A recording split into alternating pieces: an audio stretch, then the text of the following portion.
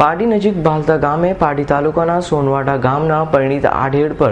મકાન માલિકની દીકરી પર બળાત્કાર ગુજાર્યો હોવાનો બનાવ પોલીસ મથકે નોંધાવા પામ્યો છે।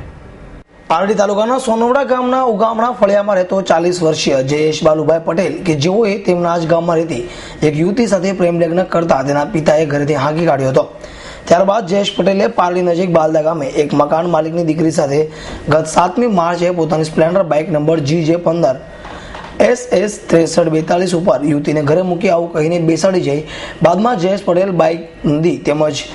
અતુલના બિનવાડા ગામે મિત્રના ઘર તરફ લઈ જતા યુવતીએ પૂછ્યું કે ક્યાં લઈ જાય છે, મારે તારી જાતે નથી જવું, મારે ઘરે જવું છે એમ પૂછતા જયેશે ખિસ્સામાંથી ચપ્પુ કાઢી બતાવીને તેને ધમકી આપી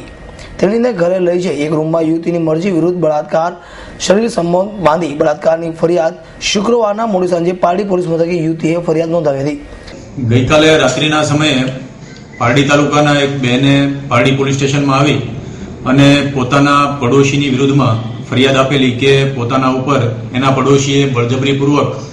રેપ કરેલો છે, જેના આધારે પારડી પોલીસ સ્ટેશનમાં IPC 376 મુજબ ગુનો દાખલ કરી અને આગળની વધુ તપાસ હાથ ધરવામાં આવેલી।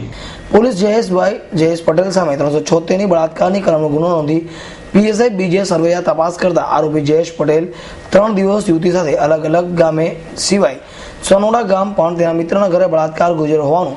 તથા તેના પિતાને પૂછપરછ કરી હતી અને વધુ તપાસ PSI BJ સરવૈયા હાથ ધરી છે। અમૃત પટેલ S9 ન્યૂઝ પારડી।